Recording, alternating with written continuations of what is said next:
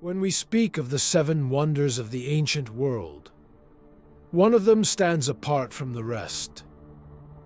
Not because of its size, nor because of its beauty alone, but because of its uncertainty.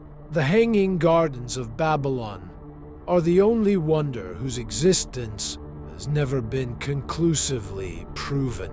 No ruins, no definitive location. And yet, for over 2,000 years, writers, historians, and travelers have described them as one of the most astonishing creations of the ancient world. So what were the Hanging Gardens? A real architectural marvel? A poetic exaggeration? Or a legend born from misunderstanding and time? Let us explore their story, a garden that defied nature. According to ancient descriptions, the Hanging Gardens were not hanging in the modern sense of the word. The name comes from the Greek kremastos, meaning overhanging or elevated, referring to trees planted on raised terraces. These gardens were said to rise in a series of ascending tiers, forming what many writers described as a green mountain made of mud, bricks, and stone. Trees, shrubs, vines, and flowering plants covered each level, creating the illusion of a natural hillside rising from the flat Mesopotamian plain. In a land dominated by dust and sun, such a sight would have been extraordinary. The legendary origin. One of the most famous legends claims that the gardens were built by King Nebuchadnezzar II, who ruled Babylon between 605 and 562 BC. According to this story, the gardens were created for his wife, Queen Amytis of Media. She was said to have grown up among the green hills and valleys of her homeland, and felt deep homesickness in Babylon's dry landscape. To comfort her, Nebuchadnezzar allegedly ordered the construction of a vast terraced garden beside his palace, a man-made mountain, designed to resemble her homeland. This account comes from Berossus, a Babylonian priest, writing around 290 BC, whose work survives only through later writers such as Josephus. However, Berossus is also the only ancient source to directly credit Nebuchadnezzar with the garden's construction. Alternative attributions. Other ancient authors attributed the gardens not to Nebuchadnezzar, but to a mysterious Assyrian king, or even to the legendary Queen Semiramis, a semi-mythical ruler associated with grand construction projects. Because of this, the gardens were sometimes referred to as the Hanging Gardens of Semiramis. The inconsistency of these accounts already hints at a deeper mystery. What ancient writers described, several classical authors left descriptions of the Hanging Gardens, each adding detail and confusion. Diodorus Siculus, writing in the 1st century BC, described a square garden with massive brick walls, each side stretching several hundred feet. The terraces rose as high as 50 cubits, supported by stone pillars strong enough to hold deep soil and large trees. Strabo, writing in the early Roman period, emphasized the engineering behind the gardens. He described a sophisticated irrigation system that lifted water from the Euphrates River using mechanical devices, possibly early water screws.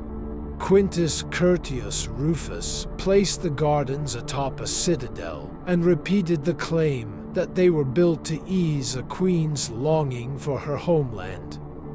Finally, Philo of Byzantium praised the gardens as an engineering triumph.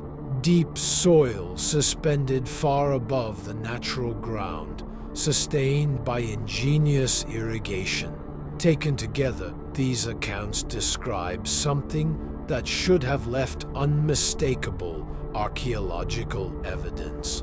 And yet, the problem of evidence. Despite extensive excavations at Babylon, no definitive archaeological remains of the Hanging Gardens have ever been found.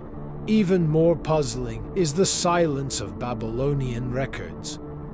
King Nebuchadnezzar left behind numerous inscriptions detailing his construction projects, walls, temples, canals, but never mentions the gardens. Herodotus, who described Babylon in great detail, also failed to mention them. This absence has led scholars to propose three main theories. The gardens were purely mythical, a romanticized ideal of an Eastern paradise imagined by Greek writers. They existed in Babylon, but were destroyed before archaeological evidence could survive. They existed, but not in Babylon at all. A radical reinterpretation, Nineveh, not Babylon. In recent decades, a compelling new theory has emerged. Oxford scholar Stephanie Daly argues that the Hanging Gardens were not in Babylon, but in Nineveh, built by the Assyrian king Sennacherib, who ruled from 704 to 681 BC. Sennacherib was a prolific builder and left extensive inscriptions describing his works, including a massive garden he proudly called a wonder for all peoples. Unlike Nebuchadnezzar, Sennacherib provides direct written evidence, engineering on a colossal scale. Archaeological excavations near Nineveh have uncovered remains of an enormous irrigation system. Canals, dams, and aqueducts stretching over 80 kilometers from the mountains to the city.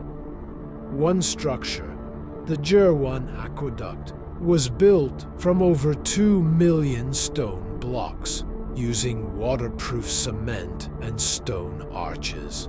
Sennacherib himself described redirecting rivers, constructing automatic sluice gates, and lifting water to elevated gardens using advanced mechanical devices.